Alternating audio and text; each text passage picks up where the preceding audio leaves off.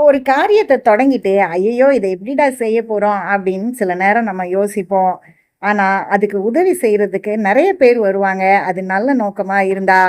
லோகமித்ரா அப்படின்ற பாப்பா எங்களுடைய நர்சரி பிரைமரில படிக்கிறா. அவளுடைய அம்மா சக்தி பிரியா எங்களுக்கு நெறைய விதைகள் இருக்கிற இடத்த சொன்னாங்க. ஏன்னா, நான் பெற்றோர்கிட்டலாம் உதவி கேட்டிருந்தேன். அவங்க சொன்ன உடனே, எங்க ஆட்கள்லாம் போய் முடிஞ்ச வரைக்கும் அங்க இருந்து விதைகளெல்லாம் எடுத்துட்டு வந்தாங்க. எடுத்துட்டு வந்த விதைகள்ல நெறையா மொளச்சிருந்தது. அத பிரிக்கணும்ல. அதனால பிரிக்கிற வேலைய நாங்க ஆரம்பிச்சோம். நேத்து மாதிரி கொஞ்சம் கஷ்டமா தான் இருந்தது. ஏன்னா, உள்ள நெறைய பூச்சி எல்லாமே இருந்தது. நெறைய விதைகள் கொஞ்சம் காஞ்ச மாரி இருந்தது. பரவால்ல, மொளைக்கும் அப்டின்ற நம்பிக்கையில எல்லாத்தையுமே நாங்க பிரிச்சு போட்டோம். ஏன்னா, ஒரு பனம்பழத்துல 3 விதைகள் இருக்கும் அப்டின்றது நம்ம எல்லாருக்குமே தெரியும்.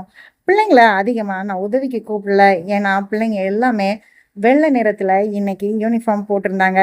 ஓரளவுக்கு எல்லாத்தையும் பிரிக்கும்போது, ஒருத்தர் உள்ள இருந்து வந்தாரு. பாருங்க இவர் யாருன்னு தெரியுதான்னு.